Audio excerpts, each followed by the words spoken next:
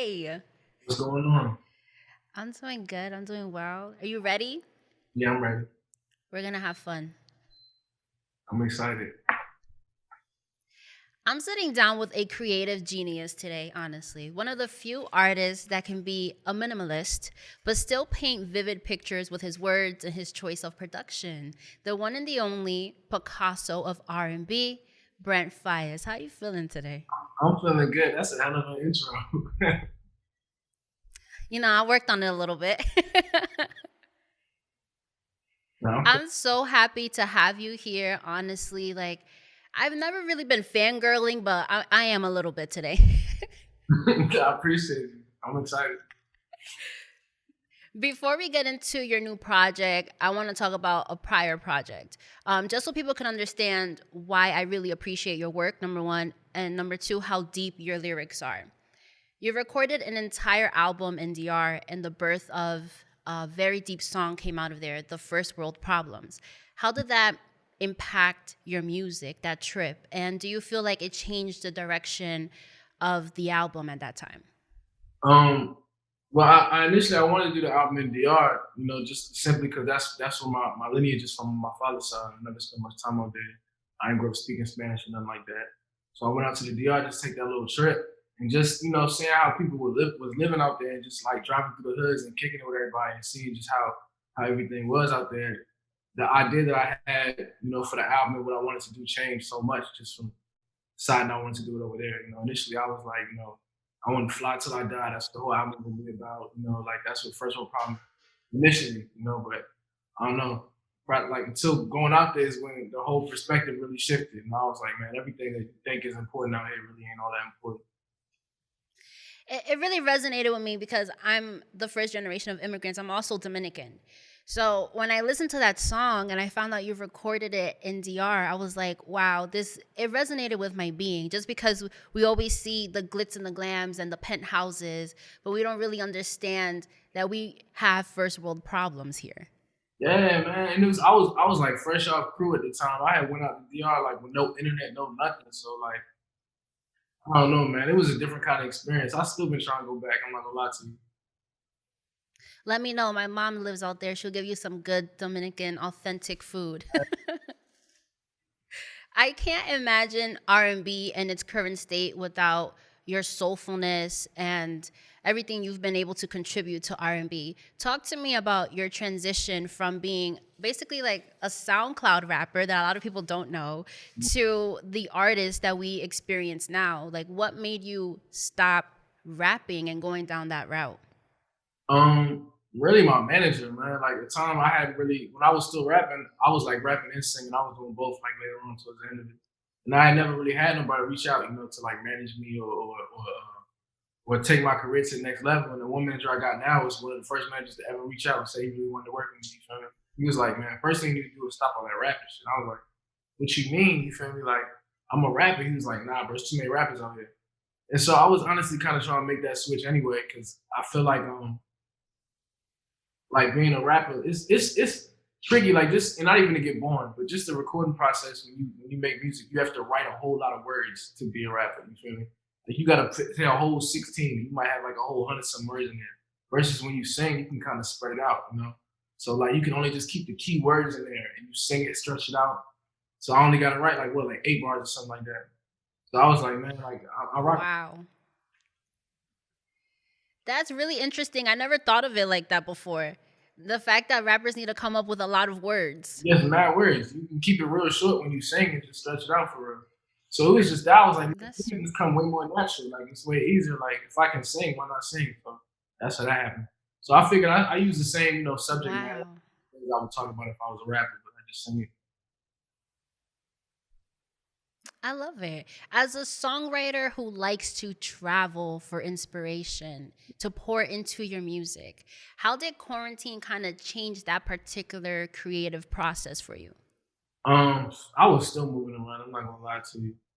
I was definitely still moving around. Okay. I was everywhere. The flights was cheap. Okay. The flights were cheap. Man, I was everywhere. I was like, it's a perfect opportunity for me to get spread my wings. Honestly, do you feel like it's helped you though? Like you were traveling more, so you poured more into your music in the sense? Well, absolutely. Yeah, definitely. Yeah. Um, I know. I feel like in a I time feel like mhm. where everybody was staying still, I kind of try to use it to just elevate even more. Like when everybody's slowing down, I'm like, "Man, this is the perfect opportunity for me to lock in the studio as much as I can, connect with as many creators as I can, um, kicking with my family a lot. Mind you, when you spend a lot of time with your family, I went back home for a little bit, really just kicking it with my people where everything was going on. So you get a whole different perspective when you're back with your people after being in Hollywood for 4 or 5 years. You feel me? Oh, they humble you real quick, right? What? I ain't nobody. Your family has a way to humble you. Like you do what? Absolutely. I feel like your music is really hella metaphoric. Do I even dare say an oxymoron at some points? Literally listening to your latest tracks, I like downloaded the folder and the folder read, "Do not listen." Do you feel like people do the opposite of what you tell them to or what you ask them to do? Yeah, I mean, creatively, it's just at some point you just gotta have fun with it. You know what I mean? I think it's funny, like mess with people. I think it's funny, say one thing in a song and mean something else, or drop a really good song that's 3 minutes long, 2 minutes long. Like, why not? You know what I mean? I look at it like you paint on the canvas. It's like you just gonna have fun with it. Yeah, I think a lot of your even your like imagery and your music and your song lyrics, it is definitely up for your own interpretation. Yeah, absolutely. Let's dive into your new music. You should have definitely given us a warning because I wasn't crying. No, I was a little bit. My favorite track, okay, from the latest drops was Price of Fame. It's promoting a lot of self love, it's giving me the narrative of like, I'm the better one for you, I'm best for you. Talk to me about the becoming of that song. Um, I know I did the second half of that record first. I locked in with my bro Nasser, and he played me that loop, and I was like, man, this is it right here. So I recorded the second half of that song first. Then I went in with the homie Legion and Lil Reach. Shouts out to them. And we did the first half of it like in a whole nother session, and I just put them two together like later on because I felt like conceptually it went hand to hand. Um, yeah, everything as far as like the Do Not Listen in that project, everything was just real. Like again, everything was just stuff I recorded in the past 2 3 months. So it wasn't even like it's stuff I had been like working on and stacked up or saved or overly thought about it. It was just some stuff that it was the most recent things I had on file, and like, and I might as well just drop it.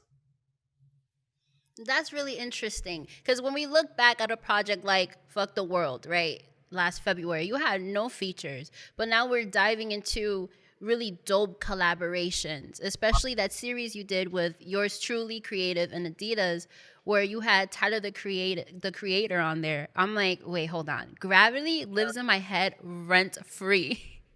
Appreciate How it. did that collaboration come about? We had these sessions that we did with Adidas and yours truly, where they pair you with a creative or producer, your choice, whoever, and they document the whole process. And I had been working with Dahi, so we decided we was gonna get into a record. Um, he played the beat, pulled the beat up. I was like, man, this shit crazy. I cut my part. I I was thinking I had a whole other verse and I was stuck on it for a little bit. And I was like, man, what am I gonna do with this? So I hit Tyler, sent him the record, and he was like, man, it ain't nothing. So that's how that came together. So how fast was that turnaround? It was pretty quick for real. Man. It wasn't no record I was sitting on for too long. It was something that we pretty much like within that month I had that joint done. That really wasn't ain't take much for real. Everything be real quick now. Yeah, that's super dope. When we dive into more collaborations, you've been doing a lot of different collabs. You were just featured on Kelvin Klein's latest collaboration with Kendrick Lamar and his company PG Lang. Okay, how did that come together? I need to know the backstory. Are we having more modeling gigs? Kendrick the homie too. Shout out to K Dot. But it was Dave Free that put that together. Dave Free, he had a project that he was doing with Calvin. He was like, bro, like I got this idea. He had like the whole idea for the shit. Really, that's really Dave Free vision, man. He told me he wanted me to record a little song. I'm like, on the table for it. I was like, bet that ain't nothing. But that came together like I swear seamlessly, man. That was kind of wild. There's definitely a lot of stuff that I'm working on in the fashion and style space now. I could see it for you. I feel like it comes so organic for you. It's just like the whole, it's like a cool little like situation you just stepped into. I feel like your entire aura is just Yeah, creative. So anything else you dive into is just like organic. yeah, that shit hella funny. I know whatever I do, I want to be the best at it. Though, you feel me? So if there's people that I know that they Yeah. like to style and that I want to learn from them. So I'm just learning everything, man. Trying to be a jack of all trades out And master of all of them. here. Yeah, definitely. I think there's a difference when I'm listening to, Do Not Listen and your latest tracks versus Fuck the World. I think that between them, there's a difference sonically. Can you tell me the difference, or how do you feel like, or describe your evolutions from Fuck the World to the tracks that we're experiencing on like Circles featuring Purr and like Paper Soldier? Man, a whole year. Honestly, man, a whole year had passed. With so many things going on and everybody, like I guess, being inside and everybody going through certain things, whether it be in the media or in politics or in sports. I mean, it's just everybody just kind of all over the place right now. So I think like the sonic change is just a reflection of that. I've been in the studio a lot, like while everything is going on. I've been in the studio a lot in different cities and different places, but just in the studio a lot. Um, from being in Atlanta and seeing the protests and the riots and everything going on and being outside during that, from going to LA and seeing the same thing happen, from like being everywhere, like in the thick of everything at all times, I feel like sonically that just kind of changed my whole like process. That changed my palette. So now I don't know, musically I just approach things differently. I think it just come with life, I guess.